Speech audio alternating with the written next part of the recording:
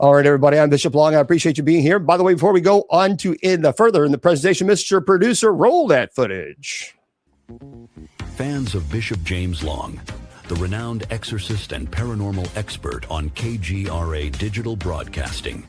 Now you can carry his wisdom with you.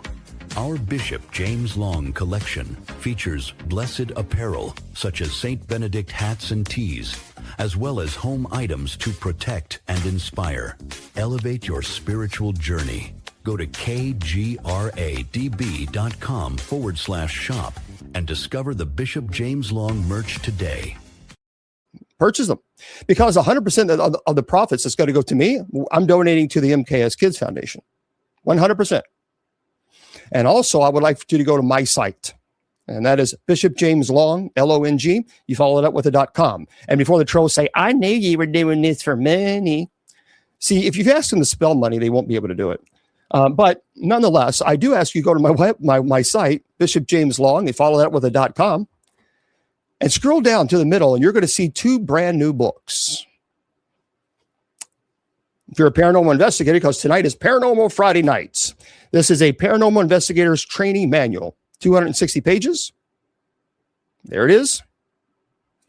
100%. 100%.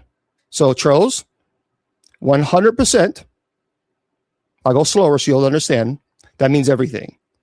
See, when I say 100%, that means the whole thing. You know, it just, all of it. Okay. I have to explain it to the trolls. I mean, we got to be nice. So 100% of the profits that would go to me as a community, we are donating it all to the MKS Kids Foundation. 100%. Are you going to heaven when your life is over? You bet I am. And also, there is a book here that I just finished. It is the 7 Archangels Explained, right here. 7 Archangels Explained. It's a pretty thick book, and it is my work. So, you know, when an author writes a book, they have a right to say, well, I deserve the income from my work. But again, 100% of the profits from this book, we're donating to the MKS Kids Foundation. It is an orphanage that we are partnering with. So again, 250 pages for this book here. And it does have ISBN. It's going to global distribution soon, as well as the paranormal training manual.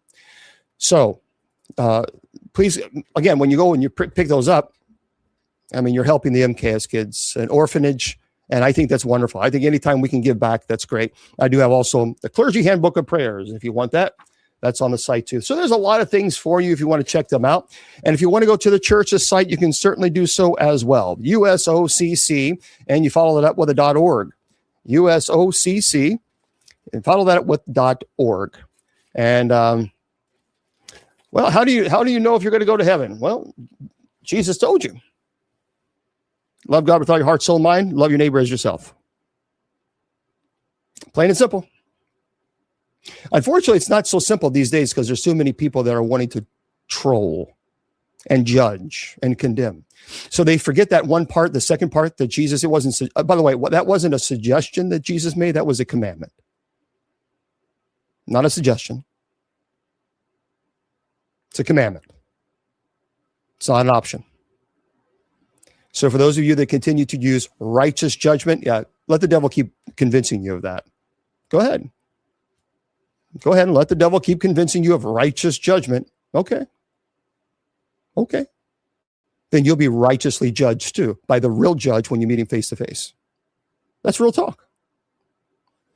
So just, that's it, you know. Okay. What about it? All right, everybody. So for those of you who are new, this is how we run the presentations. So during the week, I'm always trolled by trolls because they always say, you're a fake bishop because you never talk about theology. So every Friday night when we do paranormal, the trolls always say, you never talk about theology. However, I don't ever see them here with us when we have night prayer, Sunday through Friday, praying for people. They're never here. I don't ever see them during Bible study either. That's interesting. And for those of people who always during the week say, why don't you do more paranormal? Well, we do on Friday nights. So that's what I'm saying. There's always going to be people complaining. I tell you, friends, you can give people $1 million and they will stab you in your back because you did not give them 2 million. And that is absolute true talk, 100%.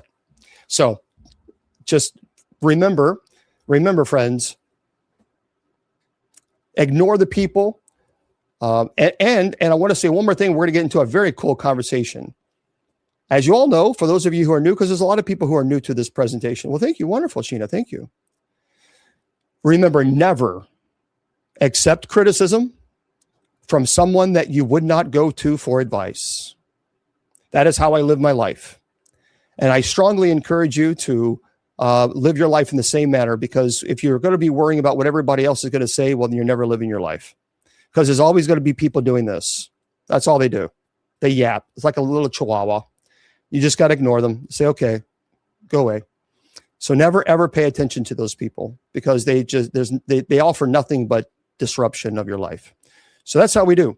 We do not, under any circumstances, take their criticism as gospel. But tonight we're going to have a very cool show. Let's get into it. It is going to be about Krampus. Now, so far on TikTok, moderators, if it becomes too difficult, let me know and I'll put sub chat on like that. Simple. Thank you very much. And I won't give it a second thought.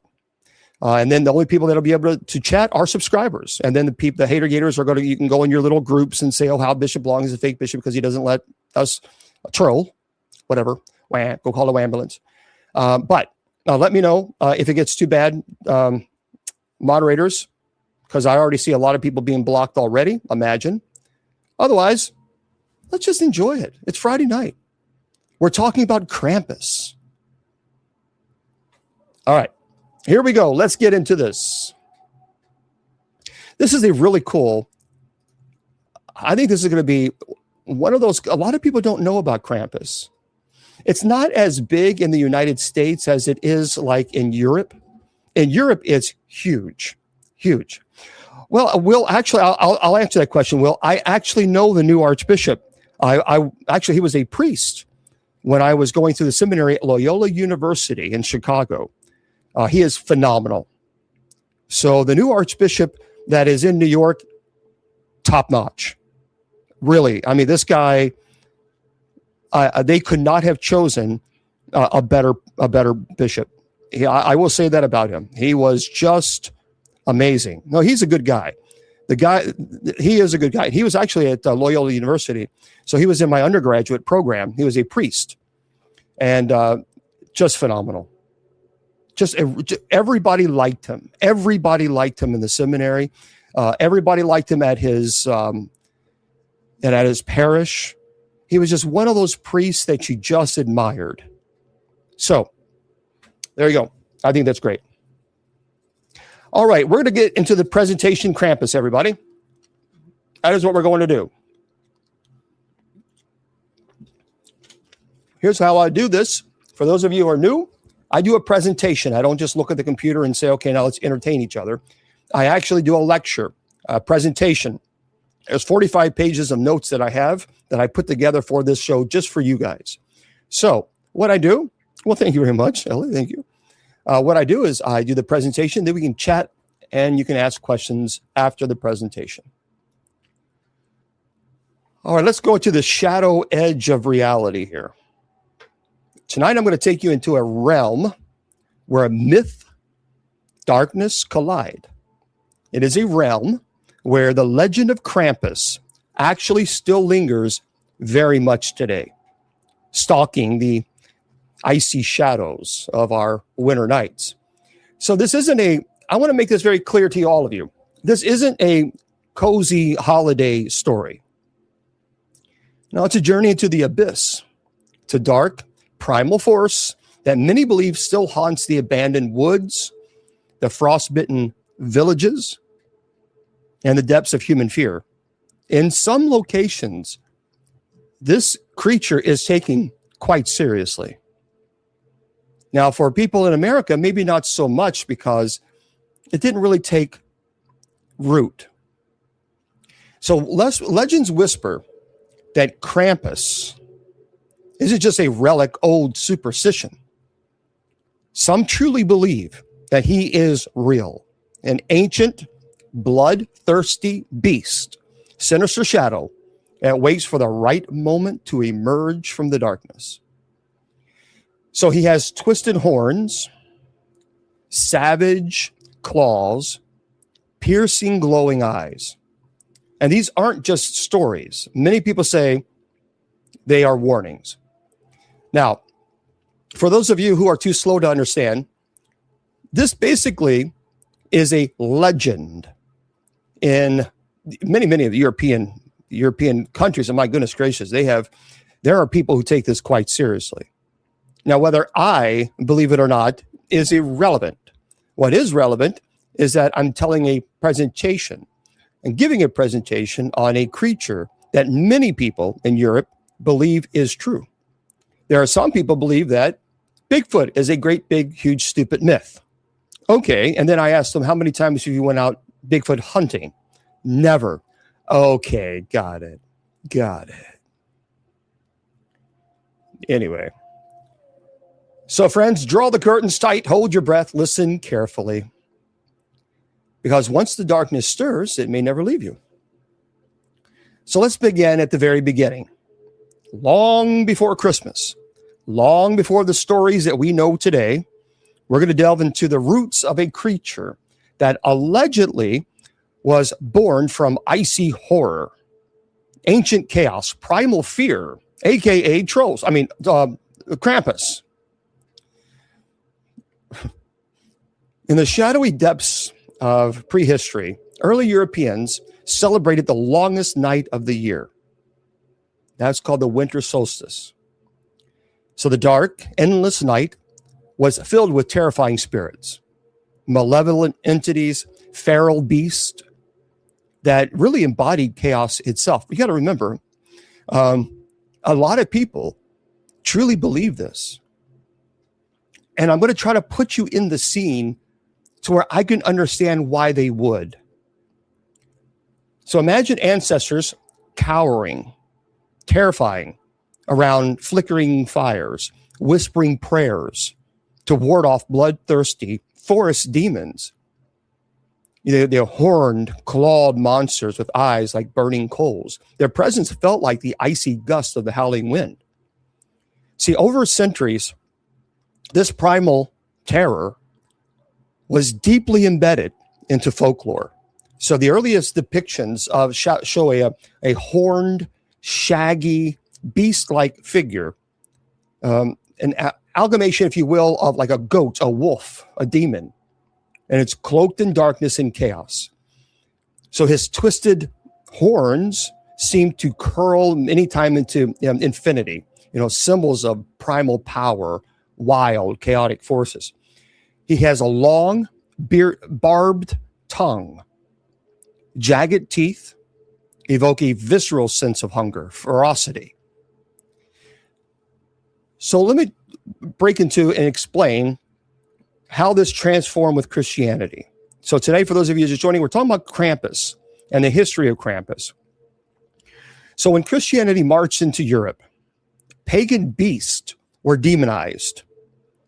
They were twisted into evil spirits and demons and devils, and they absolutely believed that these creatures existed. They taught their kids these pagan beasts existed. Krampus's feral, savage nature was retained, but reinterpreted as a demonic creature, a chaos demon sent to punish sinners. So by the 16th century, towns across the Alps, they celebrated a terrifying duality. So St. Nicholas, the benevolent, gift-giving saint, kind and generous, who, by the way, Santa Claus is known for. There really was a Santa Claus. His name was St. Nicholas.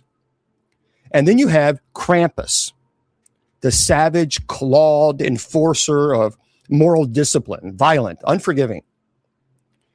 So when you see the 16th century, you see this embracing Krampus into, especially in the Alps, into their culture of, okay, Santa Claus gives presents to the good boys and girls, and Krampus punishes the bad ones. So the figure of Krampus emerged from a blend of pagan beliefs and ancient rituals, Christian influences, creating a complex, multifaceted character that was deeply rooted in the region at that time. And one of the earliest known references to a horned demonic figure resembling Krampus dates all the way back to pre-Christian German folklore, where tales of malevolent spirits and wild, untamed creatures, they roamed the wintry mountains. So these beings were often associated with the winter solstice and, of course, the darkest, coldest nights of the year. Now, yeah, and it was terrifying. Absolutely. I mean, embodying the harsh, unforgiving aspects of nature during the time. So with the spread of Christianity throughout Europe, particularly during the Middle Ages, pagan traditions and Christian beliefs, well, they began to intertwine. And that resulted in the assimilation of pre-existing folklore into the Christian framework. So all these pagan gods, these pagan monsters that were deeply embedded within the culture, was assimilated into the Christianity, into the Christian framework. And as a result, the figure of Krampus became intertwined with the Christian feast of St. Nicholas, which is celebrated on December, which at that time celebrated, St. Nicholas is on December the 6th. So in this context, Krampus is often depicted as the dark counterpart to St. Nicholas. You know, St. Nicholas, he rewards well-behaved children with gifts and treats. And while St. Nicholas symbolizes benevolence and kindness, Krampus embodies the concept of punishment for those who have misbehaved or strayed from the moral path.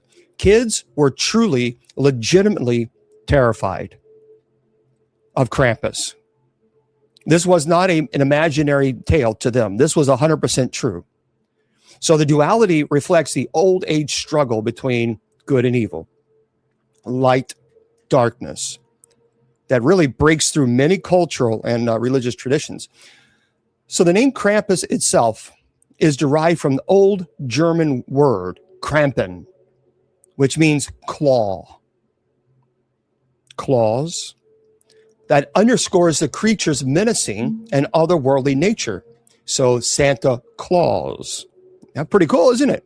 Now, see, I love history. I'm a history nerd. So early depictions of Krampus often portrayed him as a horned, beast-like figure who had long, pointed tongue, chains, evoking like a primal, untamed power. Thank you. So over time, the legends of Krampus became really intertwined with various, regional customs and festivities, particularly in the observance of Krampusnacht, or what's called Krampus Night, on the evening of December the 5th. Why December the 5th? Because what happens December the 6th? You celebrate St. Nicholas. December the 5th, you have Krampus. So Krampus began deeply ingrained in the culture at this time. So during Krampusnacht, again, which is as Krampus Night, December the 5th, men, they would wear grotesque, nightmarish masks. They carved from dark, weathered wood with twisted, snarling faces, long horns, burning, glowing eyes, and that would terrify kids. And these masks are terrifying enough to haunt your nightmares. The men, they were called Krampus, and they would run through villages. They chased children. And they would actually whip them, not hard, but whip them with birch branches and terrifying the townsfolk into submission. So during Krampusnacht, individuals, they dressed up as Krampus. They would roam the streets. They visited homes, engaged in playful yet eerie interactions with the community, often involving loud, bullshit. Your live is not eligible for recommendation, is restricted to search results because it redirects users to purchase products outside of TikTok. Oh, go to hell. It's called doing a fundraiser for an orphanage. And I know you have a problem with that, TikTok, but we don't. And I will continue to let people know that we have a site that they can go to and they can get these books. So in fact, we can actually give money to the orphanage. So instead of you sitting on billions of dollars, why don't you donate to the orphanage so that I don't have to give every single penny away that I have from selling these books to them? Instead, you send me a little notice saying that our live is restricted. I did curse, and I'm in my 50s. And you're not my mom. You're not my dad. And I can also speak other French words. Would you like to hear them? C'est la vie. TikTok, typical. Disgusting. Anyway, before I was rudely interrupted. So during Krampusnacht, individuals, they dressed up as Krampus. They would roam the streets, and often involving, they had chains and bells and frightening, well, thank you very much, thank you, frightening costumes. And these traditions, thank you, rooted in ancient pagan rituals and Christian folklore, they've endured for centuries, serving as really a testament to the enduring influence of Krampus. So today, the figure of Krampus continues to captivate the imagination of people all around the world, reflecting the timeless appeal of folklore and even the enduring power of myth. So what happened in folklore, Krampus is often depicted as a demon figure. I mean, really scary. So on the night of December the 5th, on Krampusnacht, people in the Alpine regions, they're the ones that started participating in parades where individuals dress as Krampus. They roam the streets and they would frighten, the amusing onlookers. And in folklore and tradition, Krampus is a menacing, well, thank you. Krampus is a menacing, otherworldly figure deeply embedded into the Alpine regions of Central Europe. And as the dark counterpart to the benevolent Santa Claus, Krampus embodies the concept of punishment for those who have misbehaved. So, I mean, really, he serves as a stark contrast to the jolly and generous nature of St. Nicholas. And in many traditions, Krampus is said to accompany St. Nicholas during his visits to homes and communities, because he then puts out punishment to the naughty children, while St. Nicholas rewards the well-behaved kids with gifts and treats. Let's just imagine that. You're a kid, and then you have Santa Claus coming through the door, and you're like, yay, Santa Claus. And then you have this creature coming right behind him. You're like, oh, no. Well, that's not good. Whoops. So the observance of Krampusnacht, December the 5th, it is central element, thank you, of the folklore surrounding Krampus. Now, some of these men who are dressed up in these costumes could have loud bells, chains, frightening costumes. And in some regions, it's believed that Krampus, again, and even in America, will have some like a birch branches. And they'll go around pretending to punish people who've been bad. But the imagery, I think, and the symbolism associated with Krampus in folklore and tradition, they're deeply rooted in themes of morality, consequence, good and evil. Again, Krampus represents the darker aspects of the human psyche, aka trolls, embodying the consequences of wayward behavior, the need for moral order within society. Thank you. But St. Nicholas and Krampus, it reflects the age-old struggle between good, evil, light, darkness. So in this way, Krampus represents a really complex, multi-faceted figure that's deeply embedded in the Central European folklore and tradition. I'm curious if any of you, did you grow up in Europe, and were you ever taught? There are some people that are actually taught about Krampus in the United States, but it really didn't become big into the States until a little bit later on. But I mean, there are people who still 100%, they absolutely participate in Krampusnacht. I mean, that is a big, big festival for a lot of people. You was in Germany as a child? Really? So Rhonda, did you experience that?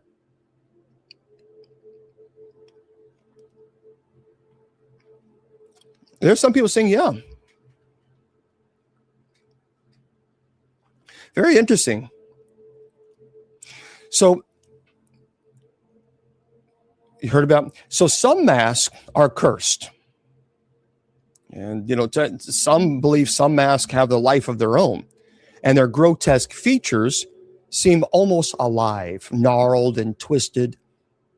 Many believe that the mask of the Krampus is actually their haunted relics. Some people argue they're even possessed by ancient spirits.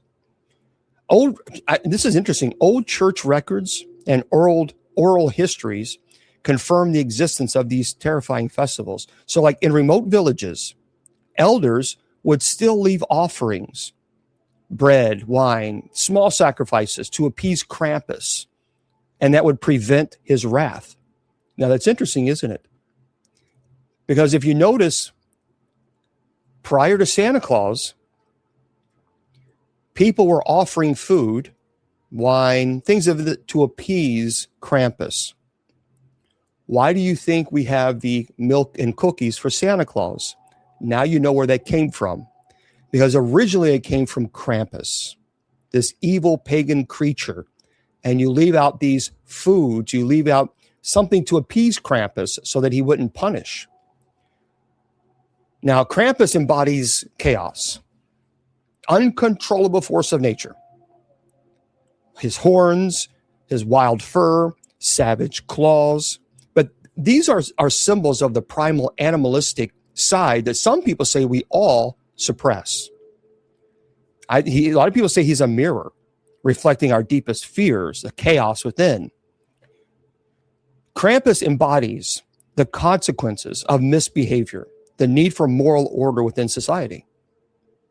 And by portraying a fearsome figure that punishes naughty children, the legend of Krampus serves as a cautionary tale, encouraging adherence to societal norms.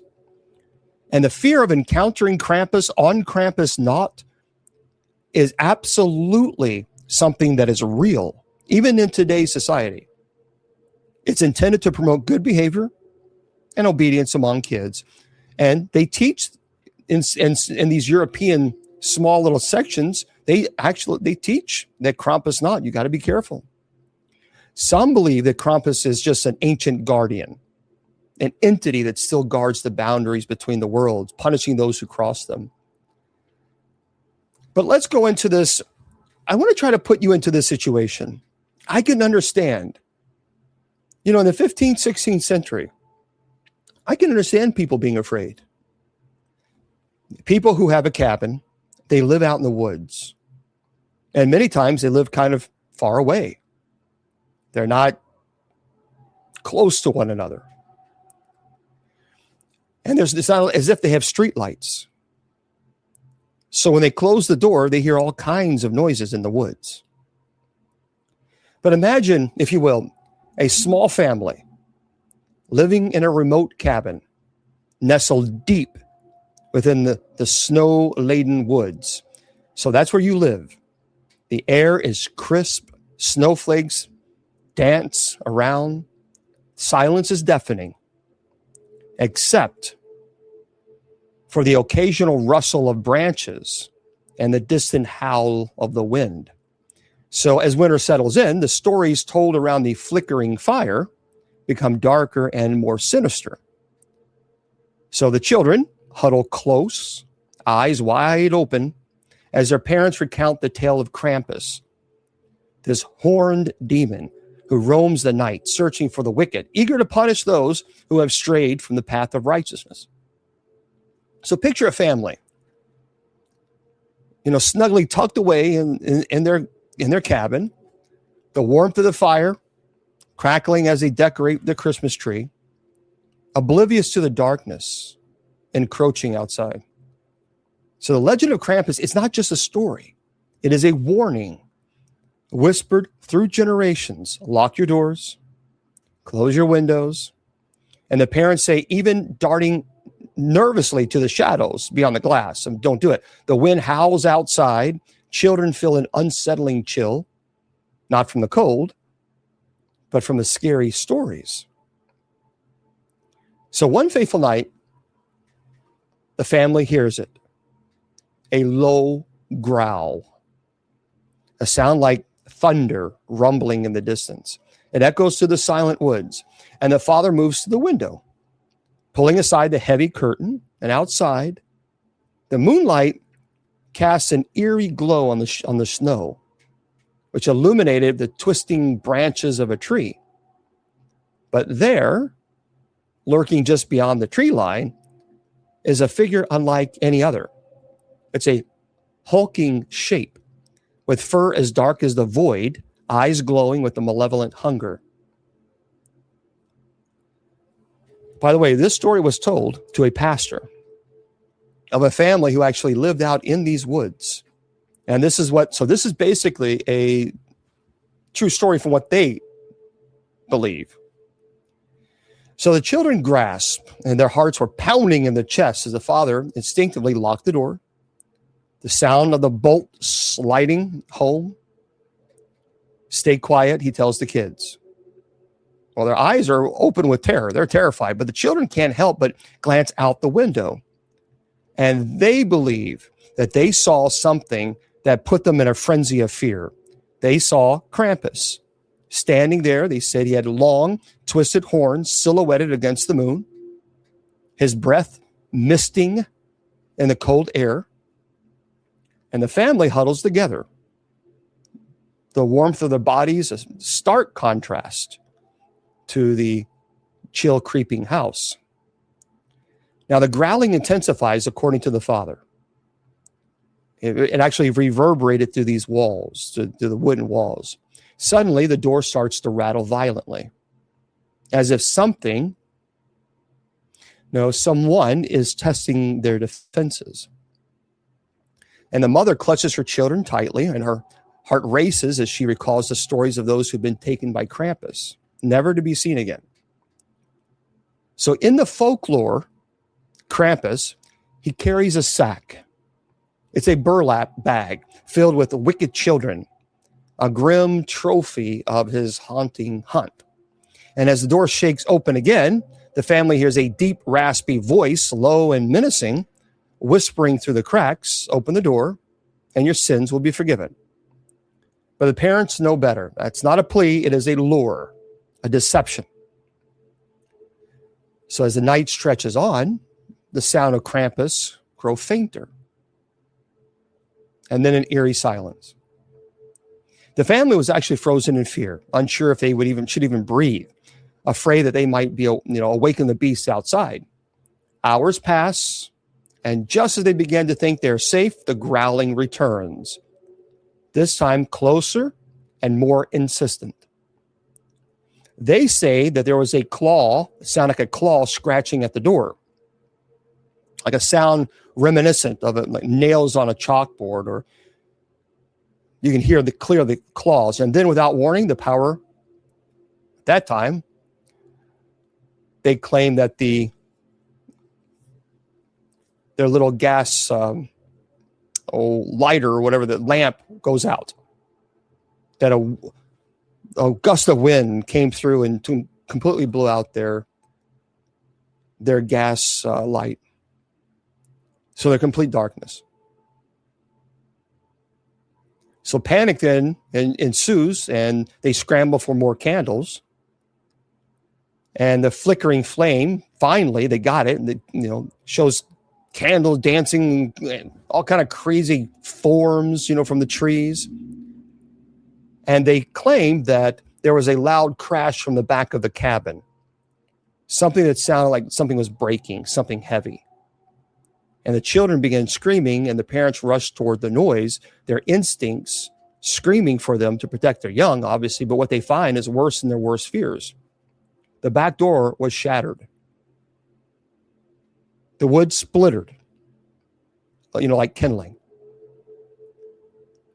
And allegedly they peeked around this doorway. They saw this figure standing behind this big tree. They claim they saw the horns. What they did see is the eyes were solid red, almost like a fluorescent. The children are terrified with fear. And knowing that the stories could, obviously, these stories are terrifying, the fate that awaits those who have been naughty. And then, of course, this person tells this person, that tells that person, and so on and so on. But you got to understand, that would be terrifying. Now, what the parents say is they heard these really loud screams. I let off several screams, this creature behind this tree. Like this set of heavy footsteps running away and a guttural growl of the beast as it runs, to another tree behind another big tree. And the parents are shielding their children, protecting them.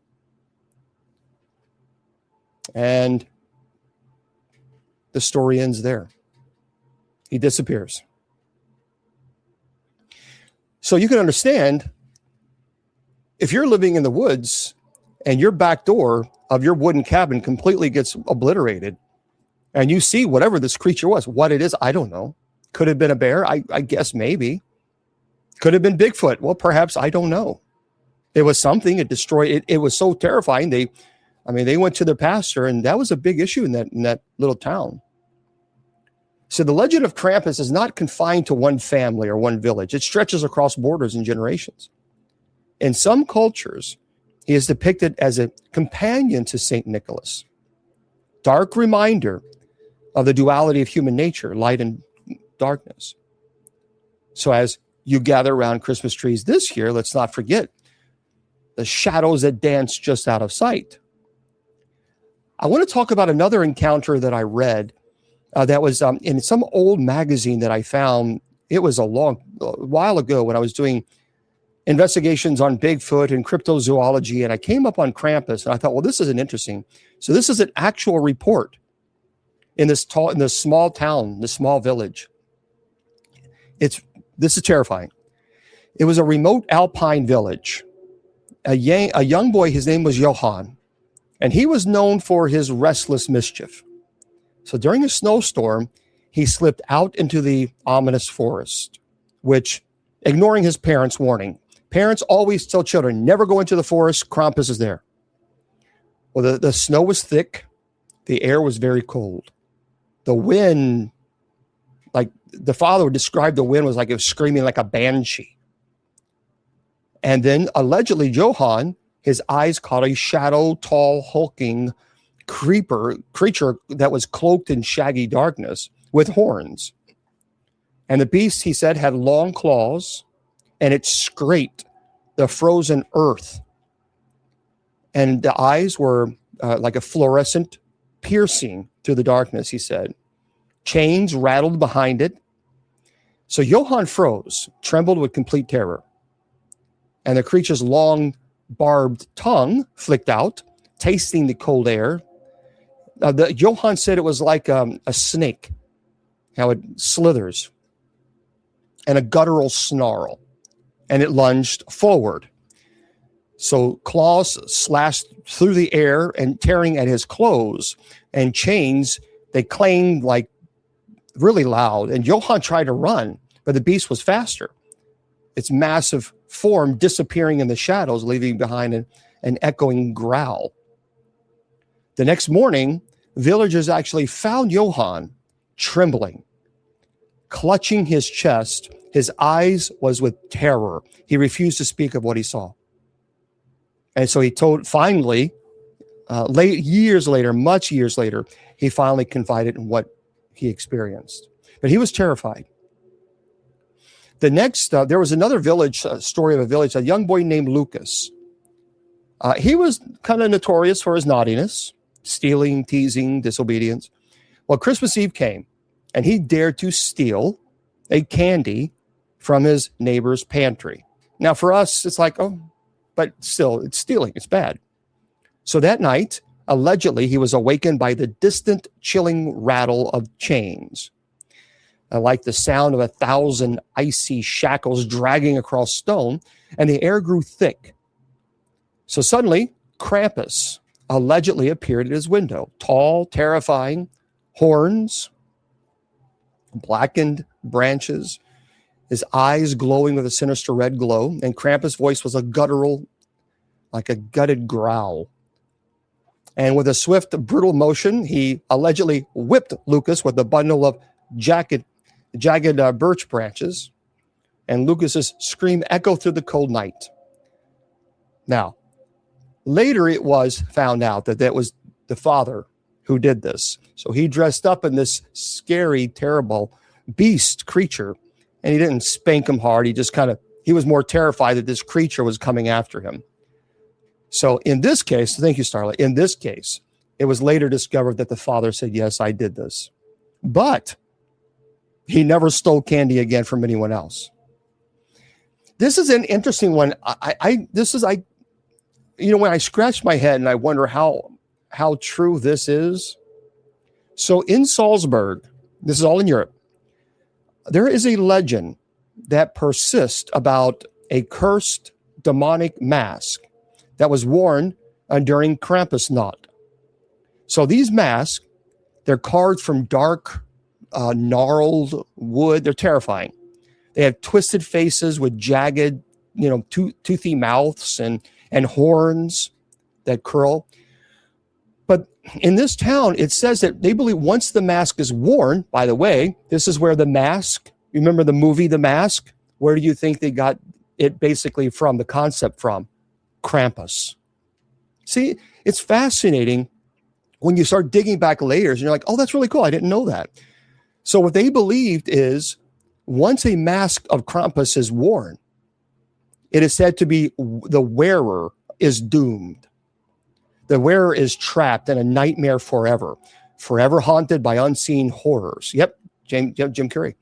Some claim that the masks are inhabited by ancient spirits that feed off fear.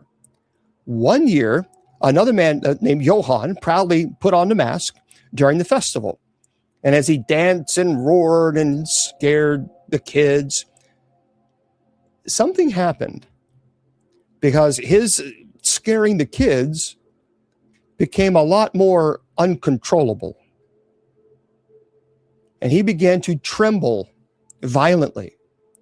His eyes were wide with terror. And that's when the whispers began to start, voices calling his name from the shadows. Suddenly, he was pulled into like a swirling vortex of darkness, he said. And he would swirl, and then swirl into the woods and disappear. When he reappeared hours later, he was trembling with strange clawed handprints on his arm. He had well, thank you very much. I like that. Thank you. People offering gifts, that's very nice of you on TikTok. He had a vacant stare. Some say he was stolen by the spirits within the mask, forever lost in the shadow realm. Others believe the masks themselves are portals. So locals swear this is not a matter of if to many people. They swear that they have seen this horned, monstrous figure lurking in the woods during cold winter nights. And many claim to experience cold spots, chilling, bone-deep cold, when no wind was blowing, and others hear chains dragging, heavy footsteps, guttural growls that seem to come from nowhere. Some have even a fleeting glimpse of that shadowy horned silhouettes. Now, there are some people, you're not going to convince them that Krampus is just a folklore, a legend, a tale. They will absolutely look at you like you've lost your mind. But remember, I think it's vital for all of us to understand that Krampus isn't just a myth. It is a living, breathing nightmare. It's an ancient shadow lingering in the collective consciousness. For me, I love history. And while we can talk about scary stories and ghost stories, I also want to educate people too. Why do so many people still believe that Krampus actually exists? Well, you got to look at the culture. See, in the isolated snowbound villages of Austria, Bavaria, Krampus is deeply embedded into the tradition. The festival, even today, still draws thousands of villagers, and villagers still leave offerings to appease the beast. Now, some people do it just out of tongue in cheek. There are some people that do it because they're absolutely legitimately feared. There have been countless locals that claim to have seen this creature. They hear chains rattling on cold winter nights. They see horns silhouetted against the moon. There have been reports of mysterious footprints, large, paw-like, with claw marks. They appear in the snow. Some say that they've felt unseen claws, even brush their shoulders. I had a buddy of mine that he lived in Austria, and I spoke to him. He was in the seminary, and we contact each other often. And I sent him a message about this, and he said, "Oh, his village, Krampus is not a myth. Krampus is not a myth at all. Krampus is something that absolutely." And he began talking to me about how it used to be a pagan creature, a demon. And they are absolutely convinced that Krampus exists. And I told him, I said, well, you're talking about this creature with the horns. And it's like, I mean, really, how can we believe something like this? And he said, well, we don't have all the answers. But they live out in the woods in this town that they live in. And they're hearing things that they can't explain. And they will not go out at night. Now, there are some that old timers, under no circumstance will they go out at night. Others have actually captured strange flickering images, even on horned figures on their cameras. So Krampus embodies chaos, uncontrollable force, primal fury. His horns symbolizes savage, animalistic instincts. His chains represents the sins that we carry, like guilt, shame, fear, punishment.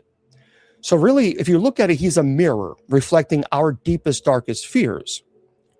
Some, however, believe that Krampus is an actual ancient guardian, and an entity that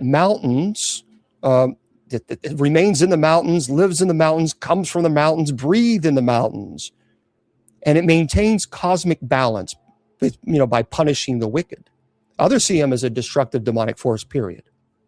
But psychologically, I think, in my opinion, when you look at this creature, I can absolutely see that Krampus is it's a projection of our shadow self. The parts of us that sometimes we deny and suppress fear. Now, I want to go deeper into his horns. Describe it as spiraling into the abyss, gnarled, twisted, seeming to curl. And they symbolize an untamed wildness of nature, the beast within us all. And by the way, horns are also symbols of power, demonic or divine. And in many cultures, horned creatures are guardians or destroyers. As a matter of fact, okay, there we go. Let me show you something, a horn that Judy Ann purchased.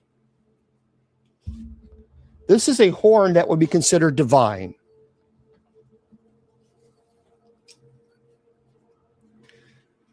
Does anyone know what that is?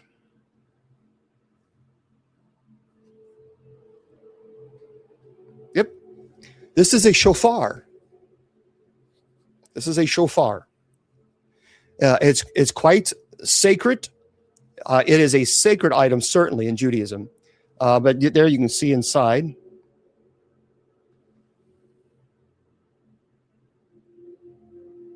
And then, of course, that is the part you blow into it. This is a powerful, powerful horn.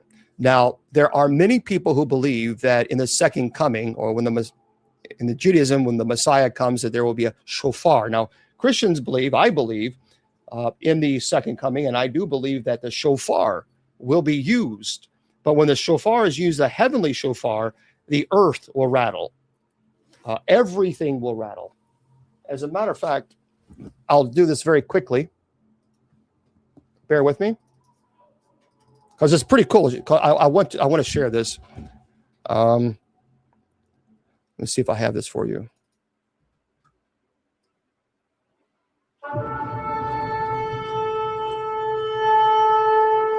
That is a shofar.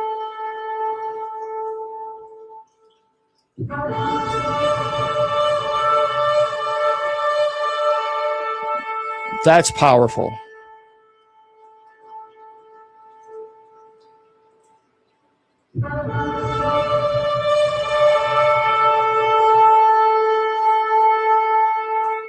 Yeah.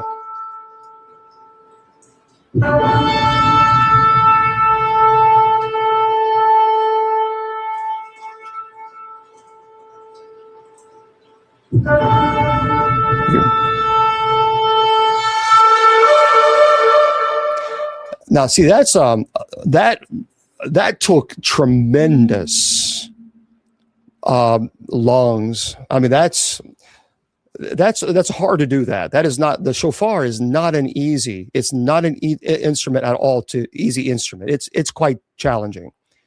Ram, yeah, and I'm telling you, it is. But that is what I believe what we will hear. Oh yeah, that could be miles. As a matter of fact, there is a rabbi. I found this on Tube to the U, and he blew the shofar, and it just echoed in the valley. I mean, it has its power. Now there are some shofars that are gigantic. I mean, they are massive. That's a really nice shofar. But in this case, horns, as I mentioned, they're ancient symbols, demonic or divine. So Krampus chains, by the way, they're not just mere shackles. There's symbolism in that. They symbolize the weight of guilt and sin. And they're said to rattle loudly as he moves. And some legends say that the chains are cursed. They're haunted relics, possessed by spirits that feed on fear. And when Krampus drags the chains through the snow, it's a harbinger of doom, a sign that chaos and punishment are near. So if you ever watch a movie and you ever see Krampus, as a matter of fact, there's a movie called Krampus, and you see his chains, that's what it symbolizes. His shaggy matted fur, well, that symbolizes also, it's savage, primal forces of the wilderness, uncontrollable, ancient. It's a reminder that beneath our civilized veneer, we're still part beast, capable of violence and chaos and primal instinct. Now, his lurid, long tongue, snarling face, well, that evokes visceral horror. The tongue, dripping sometimes, allegedly, when saliva or blood, signifies hunger, an insatiable craving for chaos and destruction. Thank you. His face is a mask of madness, rage. It's an embodiment of primal instinct. So Krampus really is an archetype, an embodiment of the shadow self. In some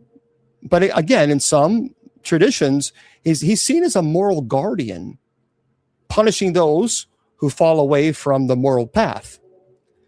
So it just depends. And by the way, Krampus is not just a monster. He's a symbol of chaos, primal instinct, shadow of human nature. His terrifying visage forces us to confront our own darkness. Now, I want to share some, not too long ago, several years ago, I should say. Thank you. There were some alleged encounters with Krampus, and I want to share them with you. A friend of mine, he was a former seminarian. I asked him to send me some stories that he has heard in his area, in their towns. And he said, "Oh yeah, I've got several of them." I said, "Please send them to me." Here's one. This was recent. I think this was several years ago. A hiker in the Austrian Alps. He recounts a night when he woke to a bone-chilling, icy cold day. He says he heard chains rattled in the distance, and out of the shadows emerged a hulking, monstrous figure. Dark fur, twisted horns, glowing red eyes seemed to burn right through him. And the hiker said the beast's presence was overwhelming, so oppressive, he felt paralyzed. When he blinked, he was gone. Thank you. But the footprints, massive, paw-like with claw marks. And it haunted his dreams for years. By the way, that individual, that hiker, is no longer hikes in that area ever, because it traumatized him so much that allegedly he saw this. Now, did he see a big bear?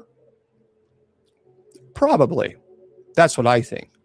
But nonetheless, and it could have been, when I first read about this, I thought, well, could it be sleep paralysis? Yeah, no question. The problem is there are these footprints, but they're massive paw-like with claw marks. I kind of think that was probably, in my opinion, after I read it, sleep paralysis with, and then a bear that was pretty close. That's what I think.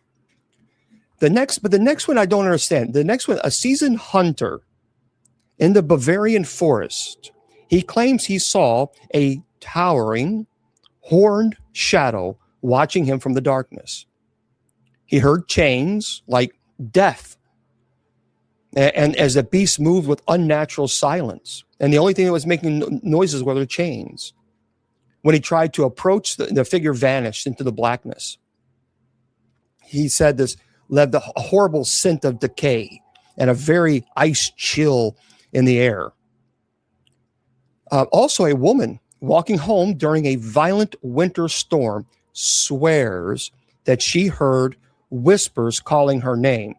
She said it was like a deep guttural voice from the shadows. And looking back, she saw a horned, hulking silhouette standing motionless right at the edge of her vision. And when she turned to face it, it disappeared. Only the faint rattling of chains and the echo of a snarl remained. Yeah. Bears don't have horns, but I'm thinking, and that's what I meant by a sleep paralysis. In that gentleman's, because you got to remember, in these areas, Krampus is deeply embedded into the children's mind and psyche from cradle. And so I personally, when I read the first story, I thought, well, it sounds like to me, this was sleep paralysis. Sleep paralysis is when you're going to sleep or you're waking up and you see this creature, this demon, and you're terrified and you cannot move. I mean, you are catatonic. Can't move, you can't scream, you can't do anything. Because it is the part of the brain, the subconscious brain is what projects that image. Because that's our subconscious, what causes us to dream. And so when you are startled or you're awake or you're slowly entering into the conscious state, the subconscious is still projecting an image that you saw in your dream that you may or may not remember. And then that's why usually after 30 seconds or so, the creature goes away, because then the conscious part of the brain takes control. So that's why I think that he was sleeping and he saw this creature when he woke up. So I think he startled, he couldn't move. Those are all classic signs of sleep paralysis. And then after a little bit, he finally was able to, get out of this catatonic state. And then he saw those paw marks with claws. So personally, I think that's what he saw. He was in a sleep paralysis episode. And then a bear was probably close to him. Okay. So in isolated mountain communities, stories of Krampus are passed down as warnings.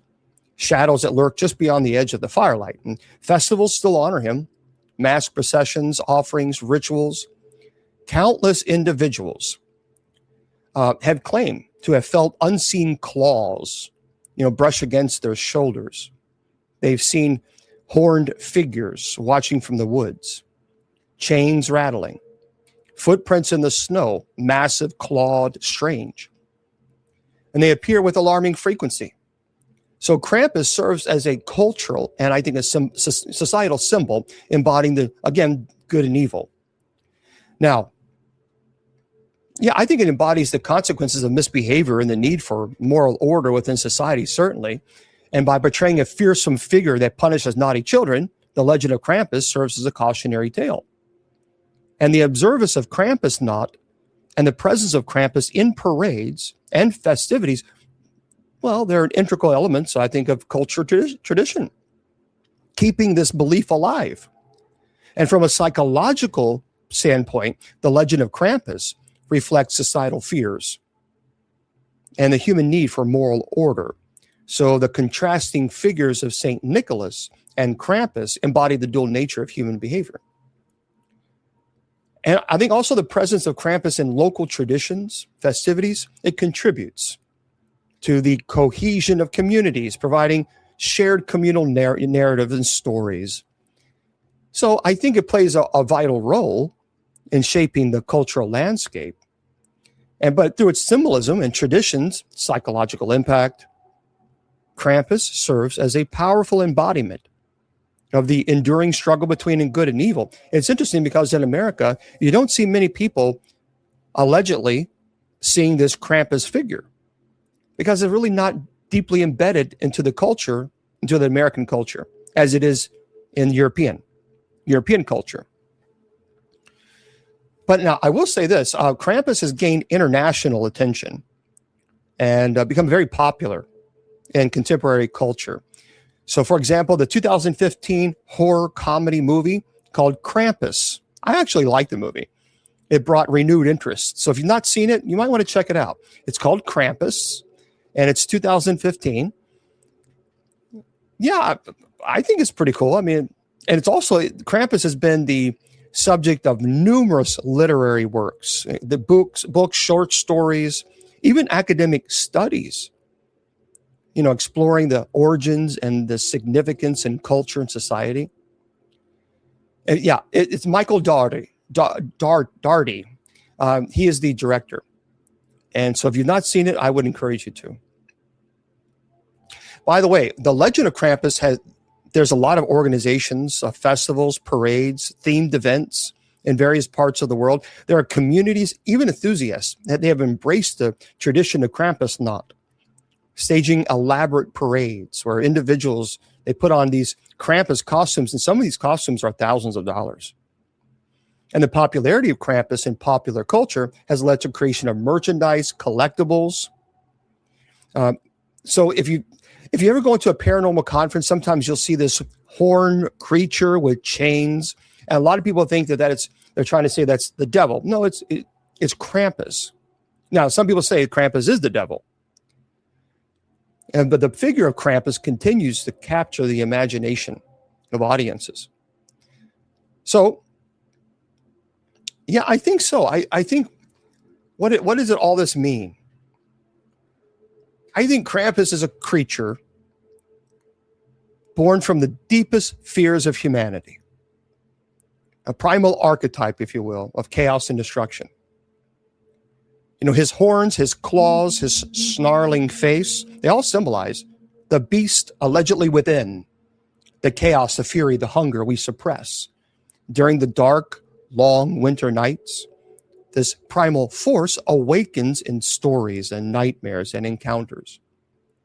Now, some believe Krampus is a protector, an ancient force that punishes the wicked to prevent society from falling into chaos. Others see him as pure evil. Now, in a psychological sense, Krampus embodies the shadow self.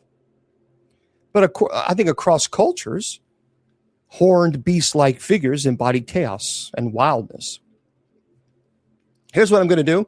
I'm going to restart TikTok because they punished us for letting people know about the books so that we can give money to orphanage. So let me restart TikTok. We're going to restart it right now, okay? And so let me just do this real quick. Yeah, we have to restart it because the problem is we were losing so much of the audience.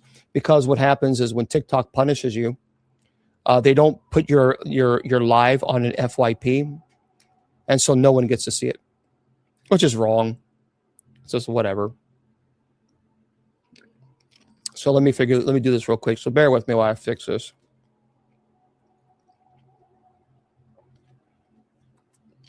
Yeah, it's stupid. It's like, okay, whatever. But it's their platform. It's their platform. Okay. Yeah, I'm just kind of, but now, by the way, for those of you who don't know, it has been discovered. Oh, I got to do this.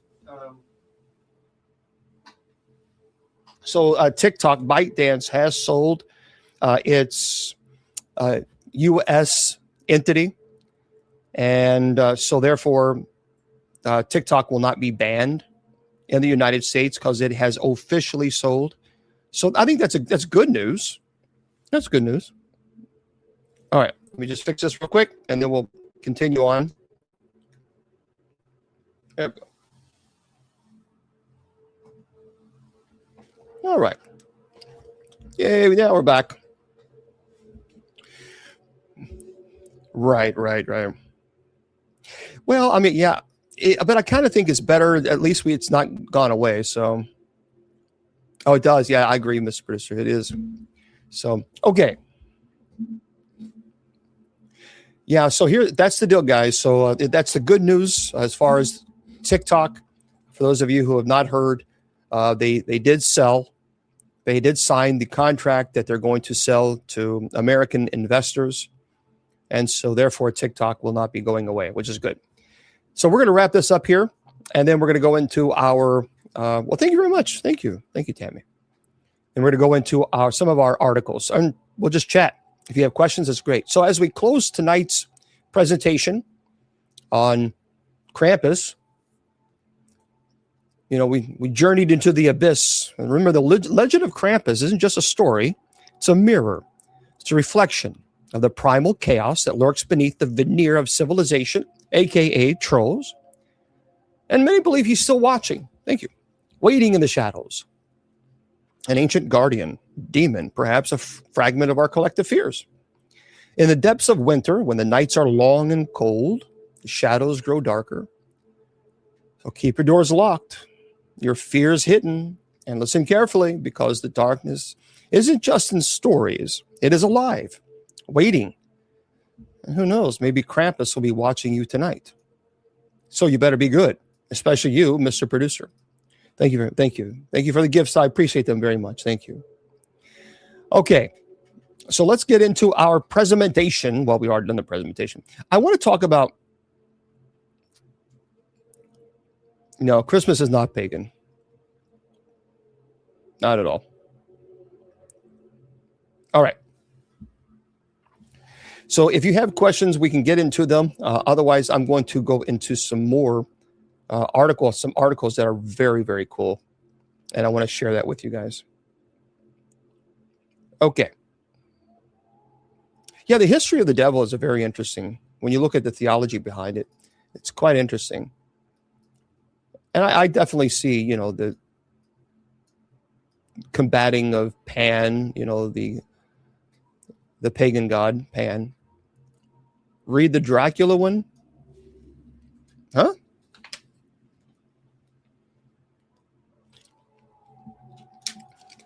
Jax, was that to me?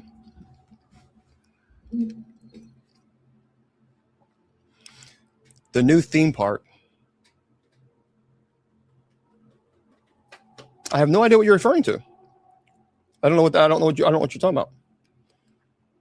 There's a new Dracula theme park? No, come on. All right, hold on. That I've got to check this out. Okay, all right, now you know where I'm going. Okay, where is this? Whoa! Oh, Romania, of course. Jerks. Those jerks are in Romania. Listen to this. Thank you for letting me know that. Goodness gravy. A $1.1 billion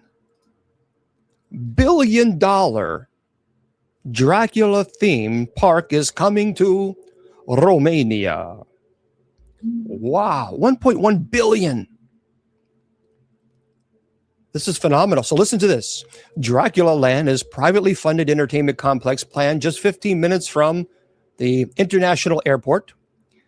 At its core is a sprawling theme park covering roughly 192 acres with more than 40 attractions spread across 6 immersive lands. Construction is expected to begin in September 2026, with an opening targeted as early as 2027. The goal is not a small attraction or a seasonal park, but a fully built entertainment destination designed to stand alongside Europe's biggest names. 6, oh, wow, that looks pretty amazing. 6 themed lands. Listen to that. Each area of Dracula Land is designed as its own world, drawing from Gothic literature, folklore, and mythology. And I'm sure there will be people there who will be wearing Twilight memorabilia. But don't worry, no one will sparkle in the sun. Now, but honestly, I will say this. I will say Twilight was really, really good. I think they did a good. Now, sometimes, it's a little. Anyway, for Transylvania. So, a forest and village landscape inspired by the Carpathian Mountains, featuring roller coasters, dark rides, water attractions, traditional market spaces. Then you have Dracula's Castle, the park's visual centerpiece with castle ruins, an artificial lake, a maze, interactive walkthroughs, high-speed bat-themed coaster through the catacombs.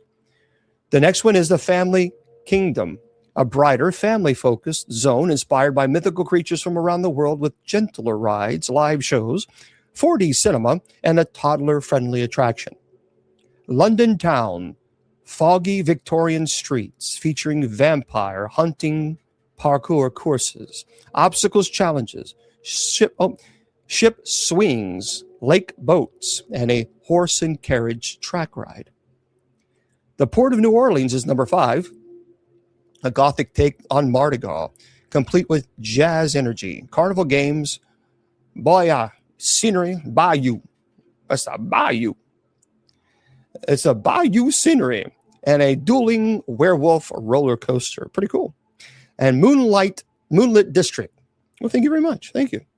It's a grand entrance area built for spectacle with projection shows, carousels, exhibitions, and a nighttime entertainment. Wow, that's pretty cool. That is really neat.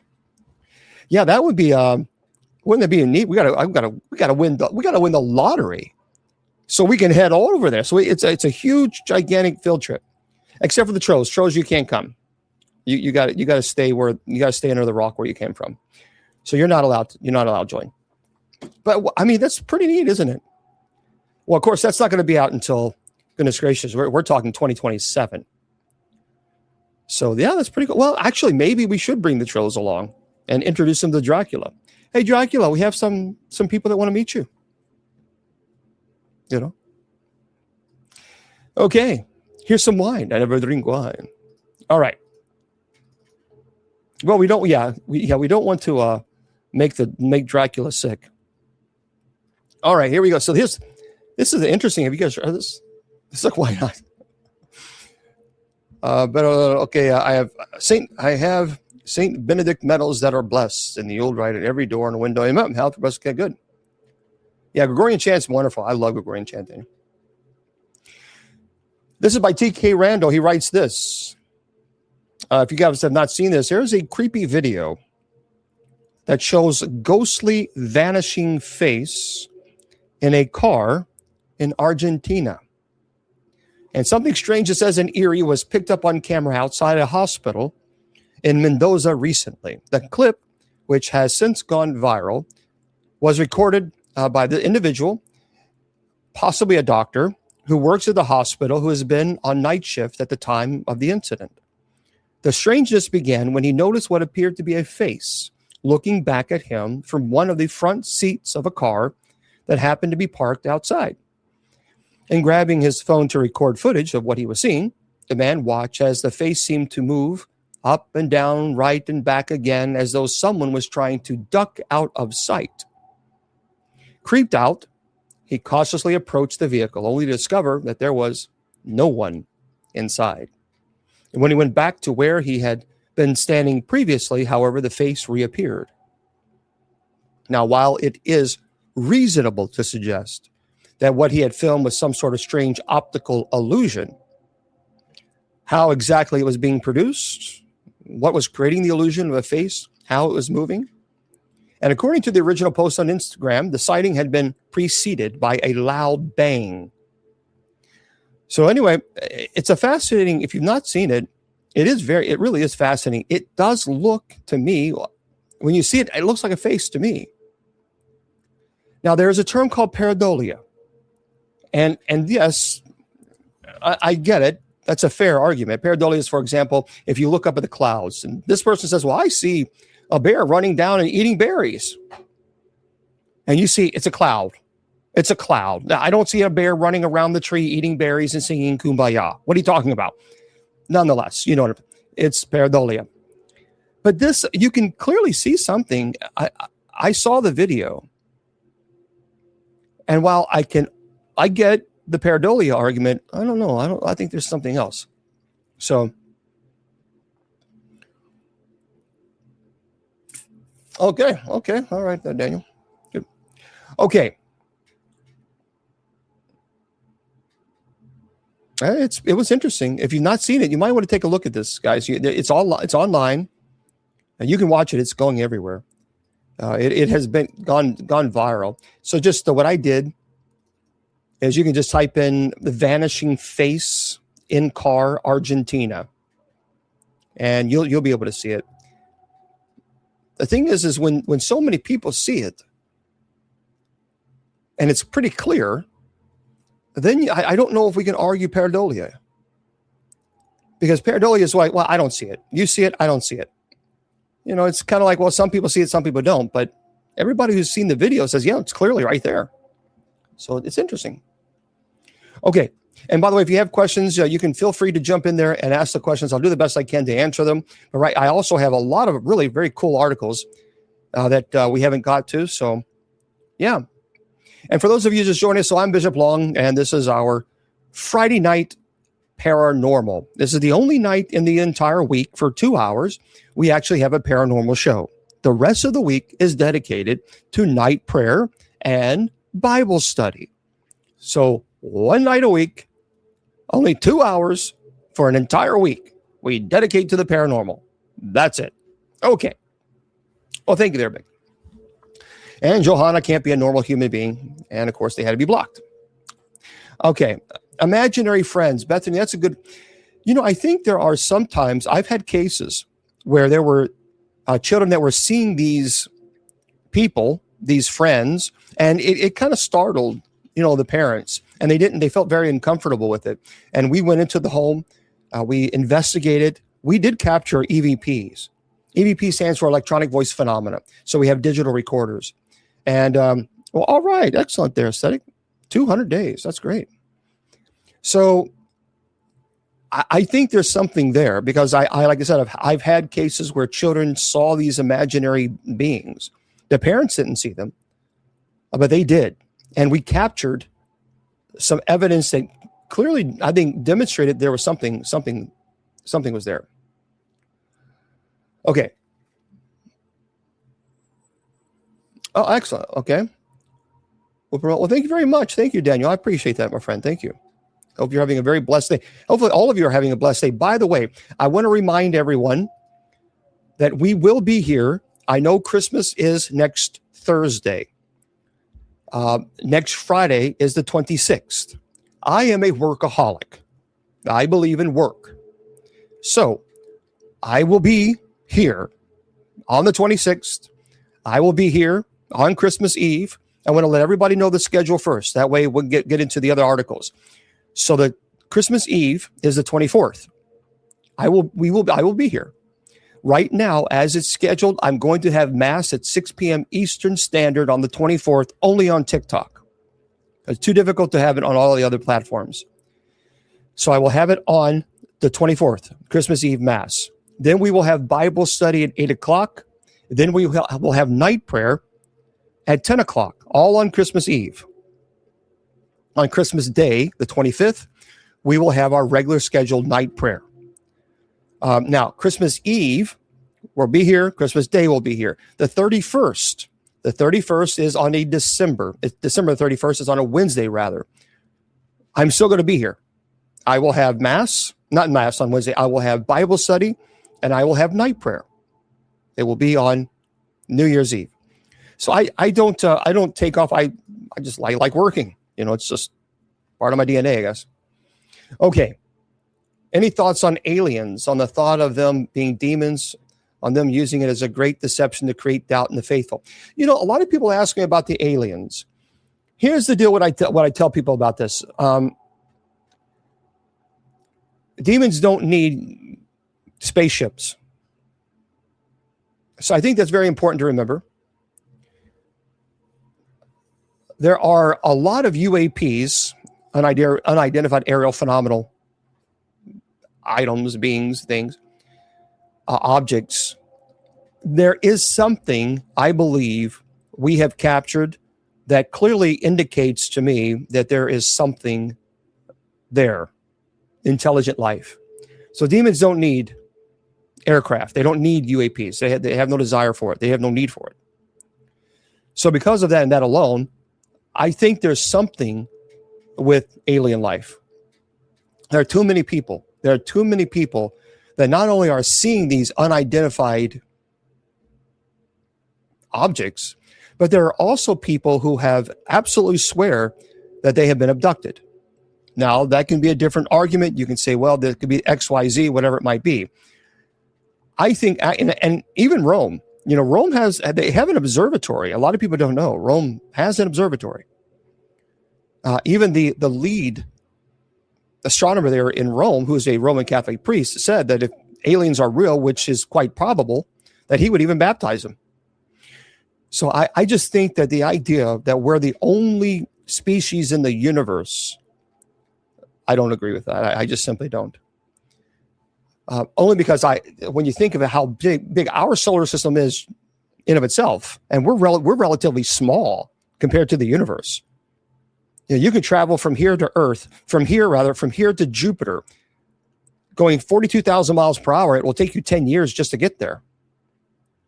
And we're a small solar system. We're very small. There are billions of galaxies just like ours. Billions. So I think there's something, I just don't know what. By the way, speaking of aliens, yeah, but see, a lot of people say, nowhere does it say on the Bible that God created aliens. Nowhere in the Bible does it also say that we have computers, we have antibiotics, we have rockets, we have telephones, we have the ability to communicate with each other right now. Nowhere in the Bible does it say we have that either. That's not the point of Scripture at all. The point of Scripture is descriptive and prescriptive. You got to understand the difference between the two. So descriptive is passages in the Bible that describe what was happening to a certain people at a certain time for a specific reason. That's descriptive. And to apply those lessons to our lives today in the 21st century doesn't work. For example, we don't go around picking up stones, throwing it at each other because we've sinned. Thankfully, we don't do that anymore. Those are descriptive. Prescriptive, well, it's different. Things that you should do. Speaking of aliens, I want to talk about this Three-Eye Atlas. It's still. I think this is a comet. It's a unique comet. I will grant it. It's an interstellar object, which makes it even that more. Look, I'm a nerd. I went to space camp as a kid. I mean, that was like Santa Claus land for me. But this object is quite peculiar. So T.K. Randall writes this. Listen to this.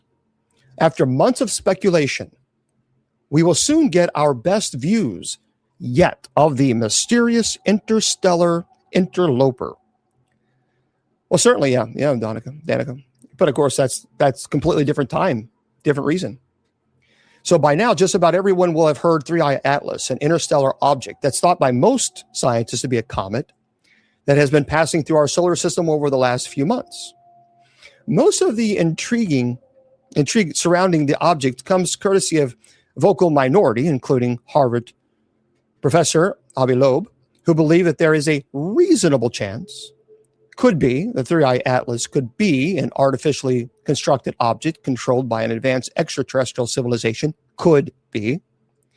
But evidence of this comes in the form of various anomalies concerning the object's speed, composition, trajectory that Loeb in particular has interpreted as evidence of artificial construction. It slows down, it speeds up. However, we can look at gravitational pull and argue, well, perhaps maybe it's the gravitational pull of a particular planet or moon. Any questions about the nature of the origins of Three-Eye Atlas, however, may finally be answered this week.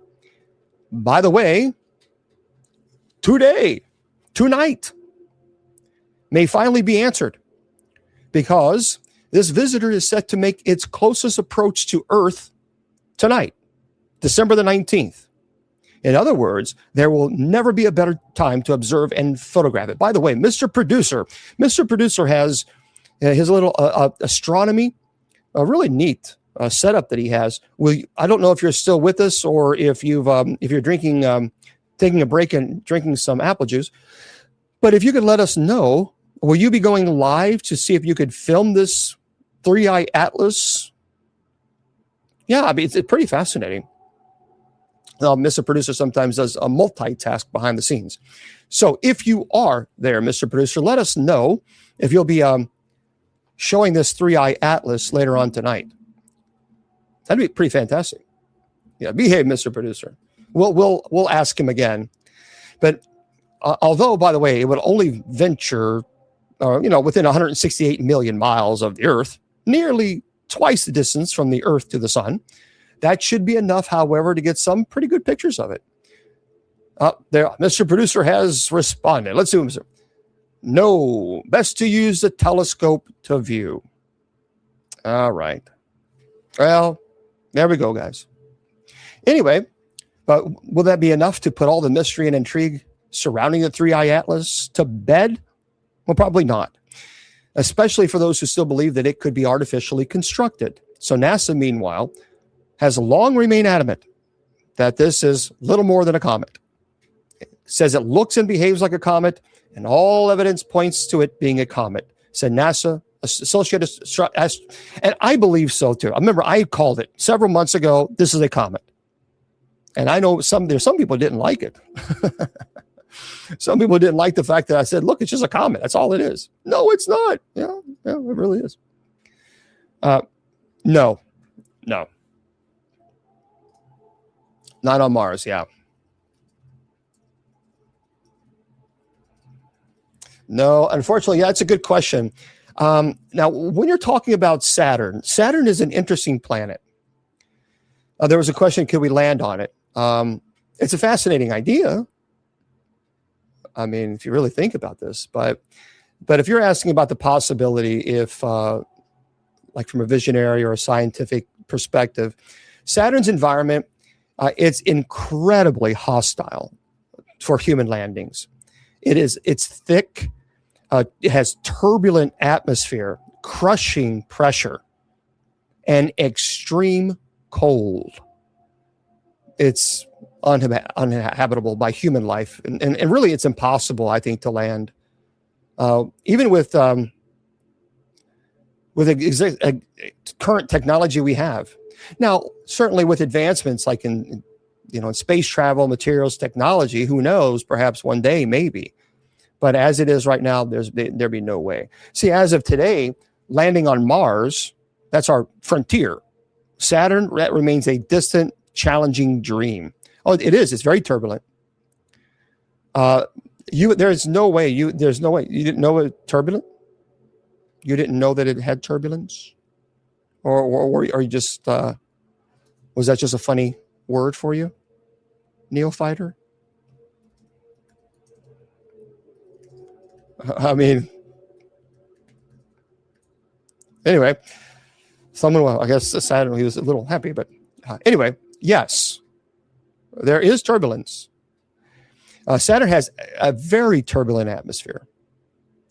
They have extreme weather patterns, strong winds. You love it? By the way, storms, they have a lot of people don't know. This is really interesting because I'm a space nerd. Saturn's winds can reach speeds of over 1,000 miles per hour. So let that sink in. And the planet has prominent, bands of clouds. They're alternating basically between lighter and darker shades, that's created by differences in chemical composition and attitude, by the way, and altitude. So they have extreme stormy appearances. And Saturn experiences enormous storms that would make our EF5 tornadoes look like a raindrop. So it is quite violent. So and tumultuous. There would be no way that we could even consider landing or even putting any type of rover on it. It would be ripped apart.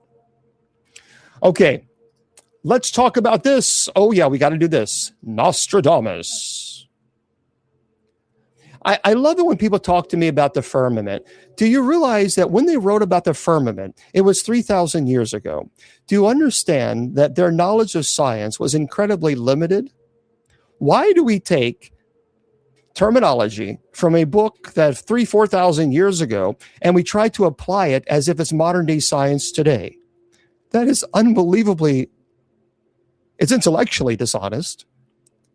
And I think it's irresponsible. They were trying to explain what the heavens meant and what it looked like and describing it in their incredibly limited minds from the limited technology that they had. So for anyone who thinks that we live in a firmament because it mentions in scripture, that was because they didn't have satellites. So, yeah, Janie, it's fascinating, isn't it? The earth is flat. It is flat. Okay.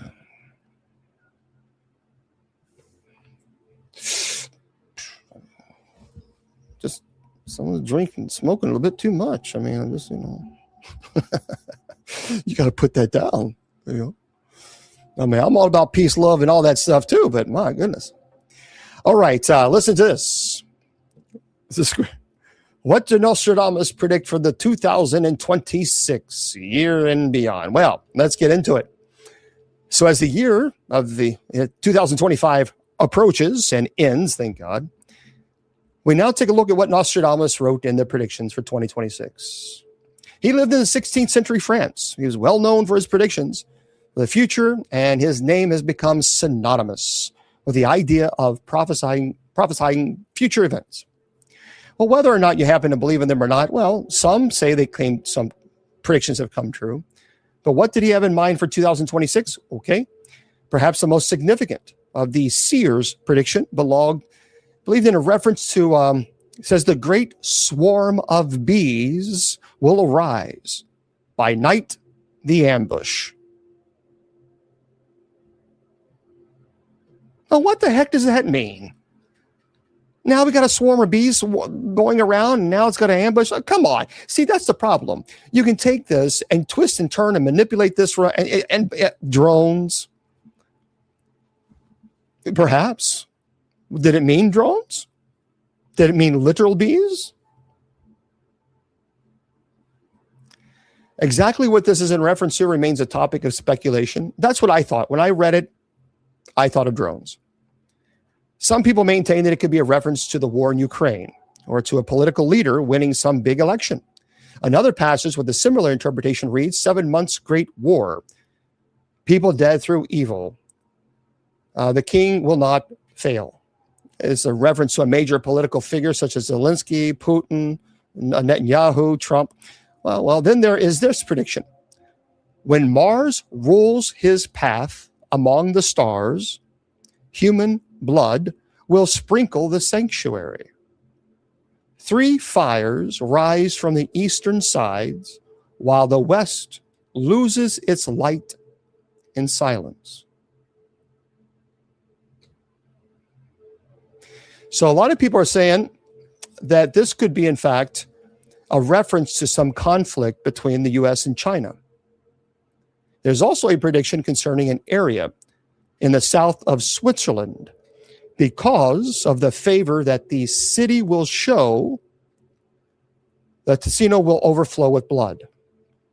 And finally, one more prediction that seems a little bit more positive.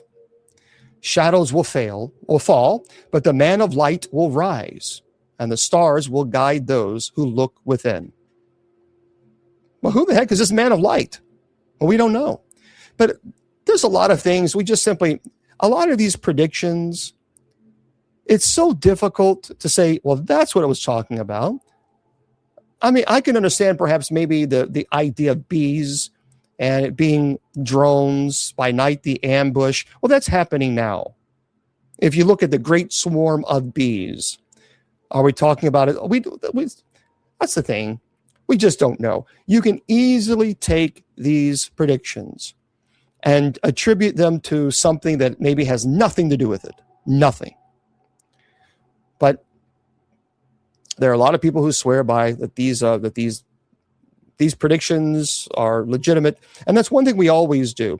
At the end of the year, we always take people who predicted this and predicted that. So next Friday, we're going to talk about some predictions that will are going to occur in 2026. We'll also talk about several other things as well. Worker drones. Yeah, we just don't know. Indy? Now, here's a very interesting article that I wanted to share with you guys, especially as we go closer to Christmas. Yeah, Janie, there are several. When you're talking about the book of Revelation, a lot of people don't look at the book of Revelation as prophecy.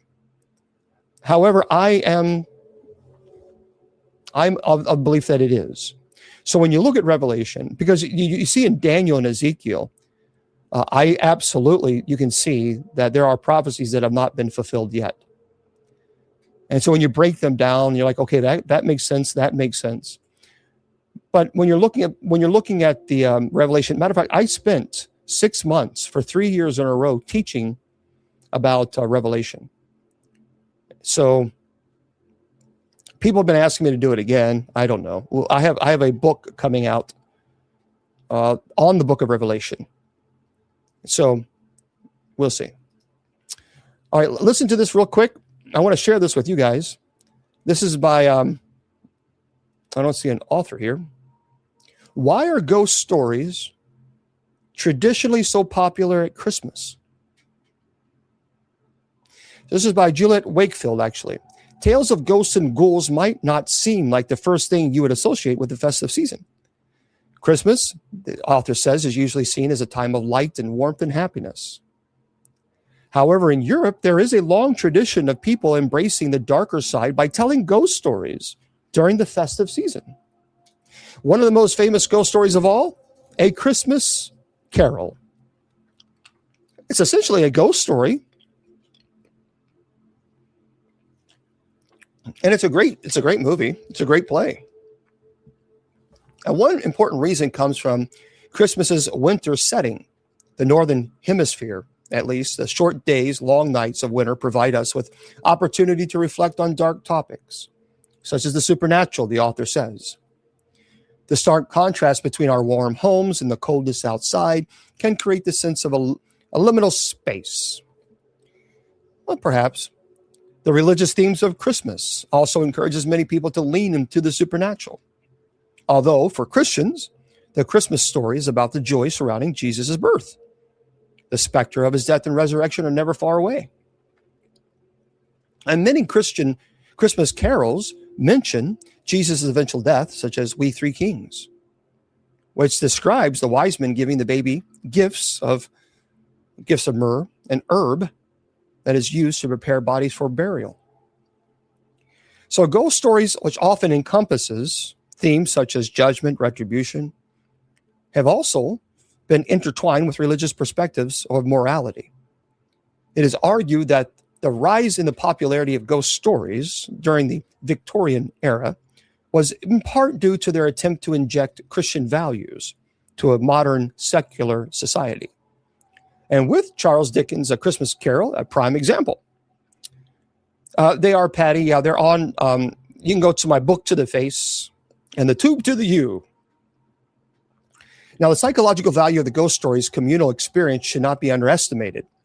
The seminal ghost story, writer M.R. James began telling his stories to students and friends at Christmas Eve, parties at University of Cambridge. Gatherings like this create an ideal setting for sharing stories. The thrill and suspense of collectively engaging with spooky tale can not only entertain, it can create a sense of bondness, shared identity. It is interesting, isn't it? Because when you think about Krampus, the presentation that I made today, that very much is a ghost demon scary story.